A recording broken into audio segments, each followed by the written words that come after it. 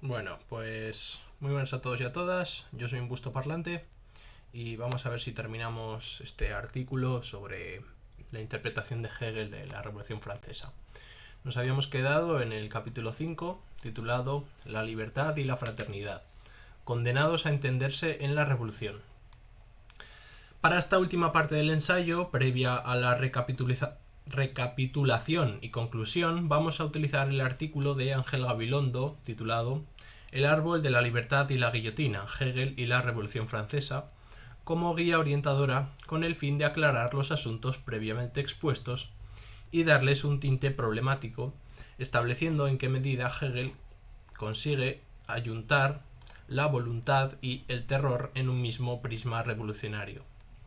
El jacobinismo político y su triunfo frente al resto de corrientes político-ideológicas supuso la homologación de la población de Francia en tanto en cuanto abolieron todo privilegio social y económico al evocar la supremacía del tercer estado o la nación. Esto supuso la incorporación de grandes masas de población a la vida política activa mediante el sufragio universal masculino. Esto marcaría un antes y un después en la manera en que se conformaban los estados, reinos, en la era premoderna.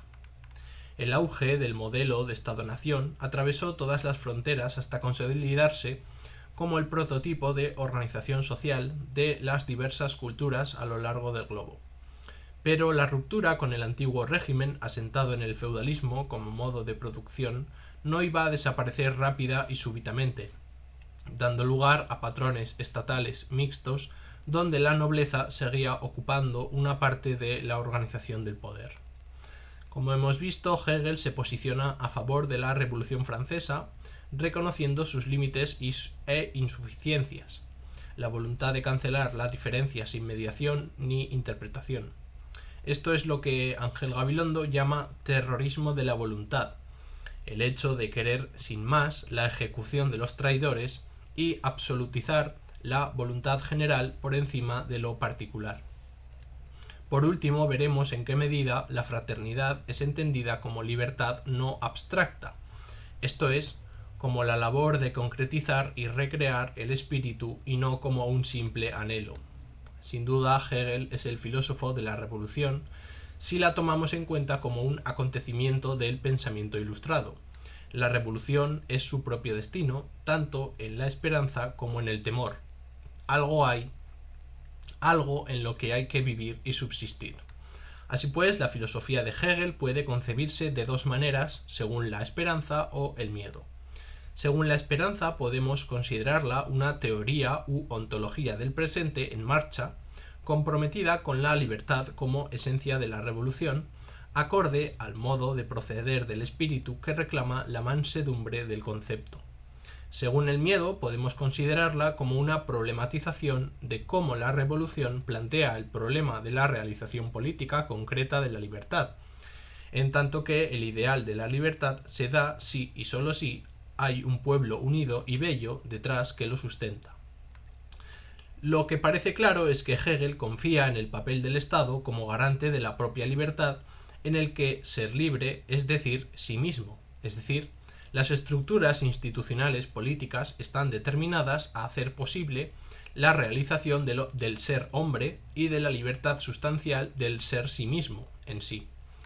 Sin embargo, este planteamiento ha sido problematizado por la Revolución Francesa al exigir la libertad política, encontrar la forma jurídica de la libertad y constituir un orden político que se conforme y haga derecho a la libertad del ser en sí y permita al individuo ser sí mismo y realizar un destino humano. Por tanto, solo cabe ser verdaderamente libre como ciudadano del Estado racional. Sin embargo, la Revolución Francesa muestra la inviabilidad de quedar sujetos en la atención del hombre solo como ciudadano. Como hemos dicho, la revolución fue un acontecimiento del pensamiento, y concretamente del pensamiento ilustrado, que acabó dinamitando la legitimidad del orden del antiguo régimen e imponiendo una nueva lógica en el curso político de las sociedades modernas. La libertad es, para Hegel, un atributo de un sujeto o el sujeto mismo. La determinación suprema que el pensamiento puede hallar es la de la libertad de la voluntad, que es la libertad del espíritu en el obrar. La voluntad libre, el estar existiendo en sí y por sí, es esencialmente la libertad del espíritu universal en el obrar, en cuanto se desea a sí mismo y quiere producirse, hacerse objeto de sí mismo para conocerse y reconocerse. La voluntad absoluta es eso, querer ser libre. A nivel formal, el principio de todo derecho es la libertad de la voluntad o la voluntad libre. Dicho de otro modo, la libertad es un derecho porque el derecho es ya la libertad. Eso es el derecho para Hegel, la libertad realizada. También cabría preguntarse cuál o cómo se configura la libertad a nivel material, esto es, en tanto que voluntad concreta. La libertad, por tanto, tiene dos posibles determinaciones, concerniente al contenido de la libertad, su objetividad, la cosa misma, el derecho, y lo concerniente a la voluntad a la forma de la libertad, su sujeto activo, la emancipación de la conciencia, la voluntad. Ahora cabría preguntarse cuál es la posición de Hegel con respecto a la voluntad, la libertad y el Estado. El Estado, este Estado debería llevar una mayúscula, es la realización Verwirklichung de la libertad, porque es la realidad efectiva, die Wirklichkeit, de la idea ética. Lo que sí es un fin absoluto de la razón es que la libertad sea efectivamente real, wirklich. La razón es a la voluntad lo que la libertad es al Estado.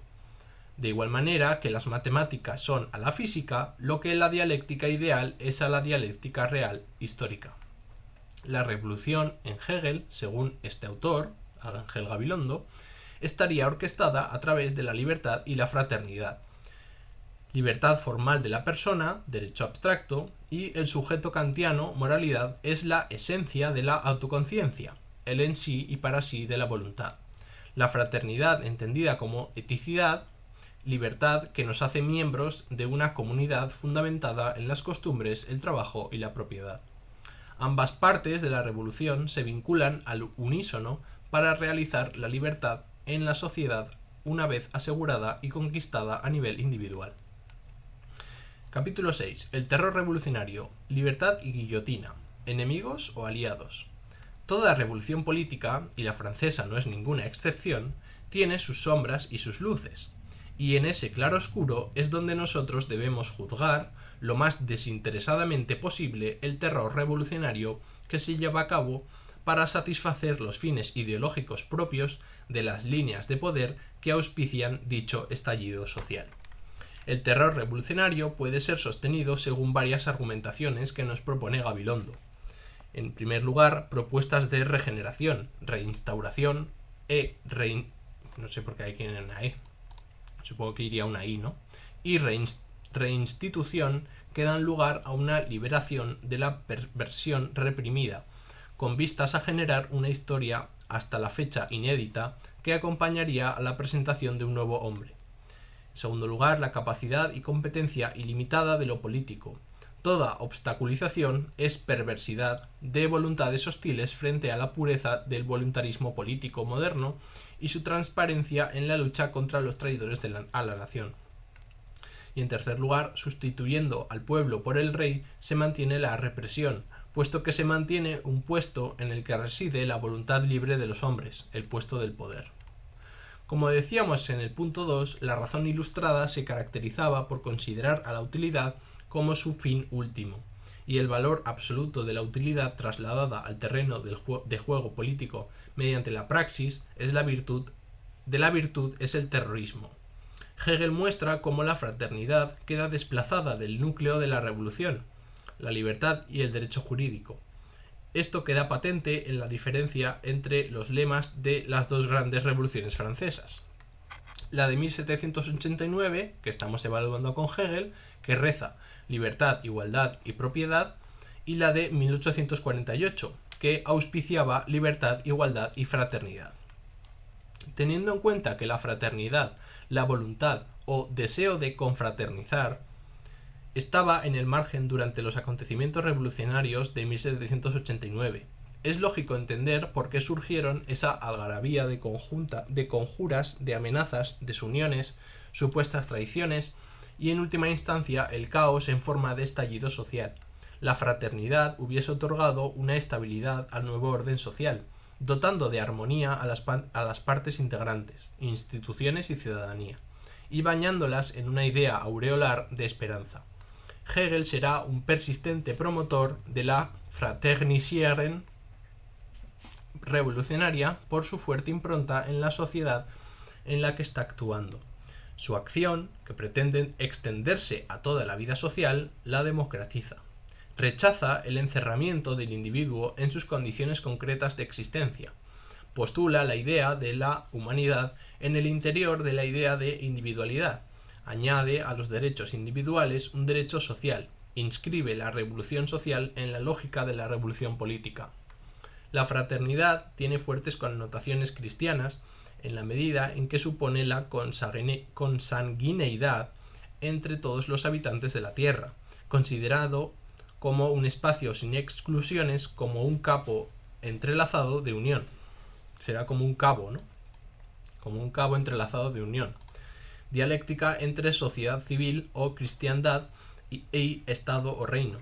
A su vez, procura una reconciliación, Versöhnung, de la conciencia con la autoconciencia, de la forma con el contenido, del sí mismo con el contenido absoluto, dando lugar a la unificación, Vereinigung, la recolección, Versammlung, o reconocimiento de su destino a formar parte de esa unidad. Y finalmente se da la fusión de esta nueva unidad con la voluntad general a través de la fijación, Besalten, del concepto en la forma del concepto. Y sexto capítulo y final, recapitulación y conclusión. El árbol de la libertad plantado en la tierra de la fraternidad y la igualdad. La libertad, en tanto que real y efectiva, como resultado del proceso revolucionario, sostiene la sociedad que le ha dado vida. La fraternidad, en tanto que urdimbre o machiembrado de relaciones afectivo significativas, permite que nos administremos con justicia esa libertad que hemos conquistado, permitiendo la diferencia. La igualdad ante la ley de todos los individuos, por el hecho de ser hombres, los convierte en ciudadanos. Somos iguales porque somos diferentes, porque solo lo diferente se parece. Esto es una cita que saco yo. Esto es un pegote de diferencia y repetición de Deleuze y Guattari. Pero bueno, como quedaba bien, supongo que la puse y, en fin. Debía haber citado a Deleuze. La guillotina en la Revolución Francesa y el llamado terror de Estado de 1793 es un tipo de libertad plana, administrada de abajo arriba, pero no brota de su verdadero tiesto. La imprudencia de los revolucionarios fue pasar por alto la fraternidad que hubiese dado el cuidado necesario a la hora de actuar de la libertad como derecho. La canaille, ¿no? Aquí podría haber citado la canaille y algún acontecimiento histórico más, pero bueno, como Hegel se queda a nivel del concepto, pues, en fin, sigo. Sin embargo, siempre quedará abierta la cuestión de hasta qué punto la violencia ha de ser una herramienta válida o legítima que puede ser asumida por la libertad y la historia. Siempre quedará abierta la cuestión de si es posible una armonía política o incluso filosófica entre la libertad, la necesidad, la identidad y la diferencia. Siempre quedará abierta la cuestión de si la filosofía de la historia de Hegel muestra cómo la libertad debe desarrollarse contradictoria y negativamente en un recorrido experiencial o si es posible algún atajo. Esto de algún atajo va por el etapismo hegeliano, ¿no? Que será heredado luego por Marx. Siempre quedará abierta la cuestión de la libertad entendida como un determinado lenguaje de verdad o a la verdad del lenguaje. Y por último, siempre quedará abierta la cuestión si la filosofía debe ser considerada como una ciencia de la experiencia de la conciencia en libertad. ¿Será posible también abrir algún día el sistema cerrado de Hegel, desgarrando todos los momentos de la conciencia que alberga para que puedan desarrollarse por sí mismas independizadas del motor lógico natural espiritual de la historia? Y para finalizar les muestro la bibliografía que utilicé para realizar este trabajo, por si lo consideran apropiado. dos artículos, uno de Ezquerra Gómez, de Jesús Ezquerra, y otro de Ángel Gabilondo, y luego pues el texto en sí de la fenomenología, la introducción de Ignacio Izuzquiza y el texto de Razón y Revolución de Marcuse. Y también utilicé pues, estos dos vídeos que bueno, se los dejaré en la caja de comentarios, o no sé cómo se llama, ¿no? En la descripción del vídeo, eso exactamente. Así que nada, hasta aquí el vídeo. Espero que les haya gustado. Supongo que no, porque bueno, es un tema pues muy concreto, que tampoco interesa a mucha gente, a no ser que estés trabajando el tema en sí. Pero bueno, sin más. Lo dicho, un saludo y hasta la próxima. Nos vemos.